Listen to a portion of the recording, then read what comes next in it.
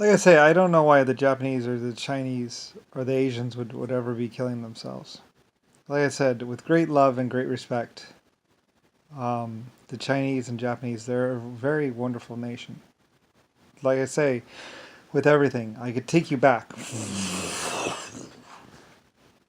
thousands or millions of years, 2 million years, practically almost. With pictures and photographs, I could be like, and the great Chinese Empire of the old days, just before around when they're building the Yamamoto. China or Asia, Asians, the Orientals had this great empire. When you go back to the Yamamoto, then and there's this great, epic, wonderful, amazing, gorgeous peace and equality and just one of the best empires ever. That is the Slant-eyed or Asian Empire. Most wonderful people I ever know. So, beauty, perfection, they were wonderful. They all worked hard, they all worked together. The honey ships. Anyway, wonderful, wonderful Asia. So basically what you know as the Japanese or Chinese. They had an epic empire. I don't know, it lasted, I don't know, I knew them maybe 2 million years, I don't know. It was amazing. It was wonderful. There were three of us. There was a couple others. And this one Asian family, like I said, I think she was raped or killed or something really horrible happened to her. And I was, like I said, something really horrible happened to her or something like that. Someone attacked the family or something, and I don't know why. They were the most loved, most wonderful Asians or Japanese people ever. Anyway, they were a great, great, great family. I love them dearly myself, actually. So, anyway. Like I said, the Asians or the Japanese have nothing to worry about. Like I would never want any harm on them, ever.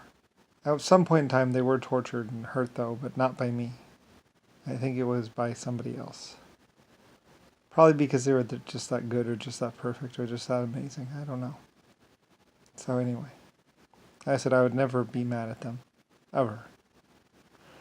Um, anyway, just like the Irish, I would never be mad at the Irish.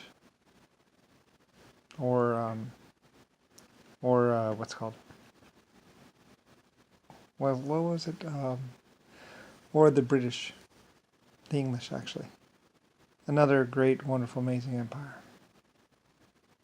I think they last. Yeah, I'm pretty sure it's accurate. They lasted about 1,000 years or more. With me, I think. I don't know. I forget. I just remember this very gorgeous, cute English girl. She was adorable. She stole my heart, you might say. She was so cute. I don't know. I knew her. I used to see her in my dreams and stuff like that. Anyway, like I say, many people knew me. Many great epic people knew me as the creator or the great Lucifer star. So, anyway, oh well. So, I could practically probably tell you about all of. I'd have to see the pictures, but I could tell you about your whole human history. What was going on, who was doing what, why they were doing it. Like I said, there should be more pictures, there should be more records, there should be more films. It's a long, huge history of wonderful things and building and people working together. Anyway. Maybe I died, I don't know. Like I said, of the groups that you can trust, well, the Irish, I don't know if you can trust the IRA, but you can trust the Irish. Like I said, another thing is all I have to say is LS Shipyard in Belfast. And the Irish should know me. Titanic, Leviathan, Lusitania. I built quite a few ships out of that shipyard. And those were Irish workers. Like I said, they worked really hard. They would pool double and three ships all together. Like I said, I eventually had to limit them, not eliminate, but limit them to 2 shifts only. They would work 3 shifts inside the boiler room. Well, the shifts were only like 4 hours or something like that. I wouldn't let them be in the boiler room for more than 4 hours because it was so hot down there. So, and they would complain because they would want to work more hours. I'm like, no, you can't. How about a raise? Anyway, so I think what I did was I actually paid them more because they were trying to earn extra money. And I was like, I'll pay you more, but you can't work more than 2 shifts. That's 8 hours in like 120 degrees. That's not safe. That's not okay. So, or something like that. I forget. The shifts were shorter, but the Irish kept on wanting to work more hours. And I was like, no, you can't. You can't work that many hours. So, anyway, like I said, quite a few of my groups, I had to tell them not to work so many hours for me. I was like, no, I won't let you. You'll make yourself sick. And my Irish people would be like, it's not that bad, blah, blah, blah. I was like, yes, it is. You can't work down there. I won't let you work in that much temperature, in that high temperature for that long. It's not safe. It's not okay. So, I don't know how they were working in like 80 or 90 degree temperature like that, or 120 degree temperature like that. And they'd be shoveling coal. And it's like, no. We'll have more people on board. And I think that's another thing is I think third class passengers sometimes would shovel. I think you could earn that's right. I think with there's one other class. There was either third class or fourth class. But there was a class where you could shovel coal. And you could make money that way. I think.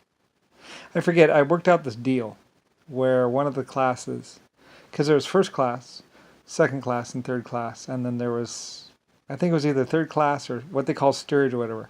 Basically, they would shovel coal, pretty much, and wheelbarrow the coal. So, and I think you could earn passage that way. You could shovel coal, and that would pay for your passage. I mean, people don't really weigh that much, especially in a big ship. So, something like that. I forget what the deal was. Anyway, I'm really cool about that. I was really cool letting people on my ships. Anyway, it's possible steerage once or twice might have tried to take over the ship. But like I said, I mean, I paid my people really well. I was really nice. I think that's why White Star Alliance lasted as long as it did. Because, I really cared about my people. And I think my people knew that I really cared about them. I'd never abandon them. They might have said that too. They would never abandon us, you see. It's like, no, I'd never abandon you. I would never just leave you without. I wouldn't do that to you. Like I said, at some point in time, someone was laughing because they could hurt my people or hurt people. Like I said, I'd always been the protector. I'd always been that leader in command, and I wouldn't let my people be hurt. Anyway, I don't know. It's probably JFK or Jimmy Carter or someone. Anyway, but to tell you this, I mean, I wouldn't abandon you. So anyway, I'm still alive. I'm still here. Kind of didn't want to live this long. I mean, I've lived for 100 trillion years. It's a long, long time. Anyway, I don't know. It doesn't matter, I mean, that's why I say it doesn't matter to me. I don't care anymore. I care about my people, though, still, yes, of course. I'd always care about my people. And for a while there, like I said, my heart, my duty belongs to my countries, to my people. To the good workers that help me build everything. I don't know. It's possibly the only reason why so many people are alive on this planet. And still alive on this planet. I said no one cared about you as much as I did. And no one could just wave their hands or their finger and have things go away. Like I could. Or keep them from happening. Like I say, I wouldn't let anyone hurt you. Anyway. At least none of my other life forms. I said Richard Nixon or Jimmy Carter or someone was trying to use my other life forms to torture certain humans on this earth. It's like, no, no, no. My people didn't do anything wrong, I don't think. Even my Germans. They would never... I said my Germans were absolutely perfectly loyal. It was a very honorable position to be in the German army. So I really doubt that they would actually do anything wrong. They didn't have to rape anyone. They didn't have to... women were throwing themselves at every single one of my German officers. Like I said, to be in a German army, to get to be a German officer meant an automatic commission, which basically meant you were going to be piloting a ship or whatever. You would go to school and your grades mattered. If you didn't have the grades, then you wouldn't get a position. Or if your grades weren't high enough. So my German officers, they studied day and night. They would, the German army was the top 1% army. The German army, I think, even had white horses. One of my armies had white horses. And it was and that meant you were a military school cadet or, of very high rank, basically. It's very honorable to have a white horse. Even if you didn't really, you'd need it. Anyway, it'd be given to you regardless. Anyway, I don't know. A lot of things happened. That's why the German army had such nice clothes and such nice everything.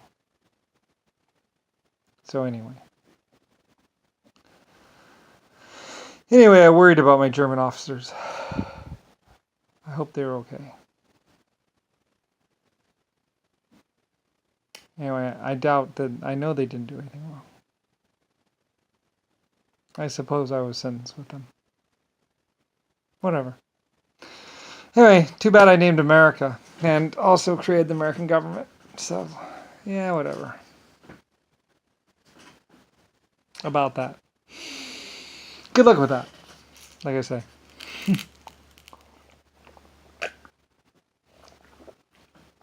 Starline!